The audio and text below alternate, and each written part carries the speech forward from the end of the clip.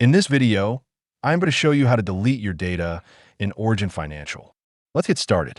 Before requesting account deletion, make sure all brokerage-related balances are completely withdrawn and your balance is zero.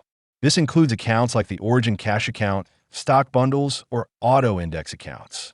If there are still funds remaining, you may not be able to complete the deletion process. Once your balances are cleared, click on the gear icon to open your account settings. From there, go to the Profile section, then select Security. Scroll down until you find the Delete Account option. Click Delete Account and follow the prompts to submit your account deletion request. After the request is submitted, Origin Financial will begin permanently deleting your account data from their system.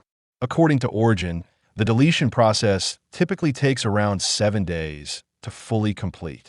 Keep in mind that deleting your account is permanent, and once your data is removed, you will no longer be able to access your financial information, connected accounts, reports, or transaction history inside Origin Financial. If you want to support our channel, feel free to use our affiliate link in the description below. Thanks for watching, and I will see you in my next video.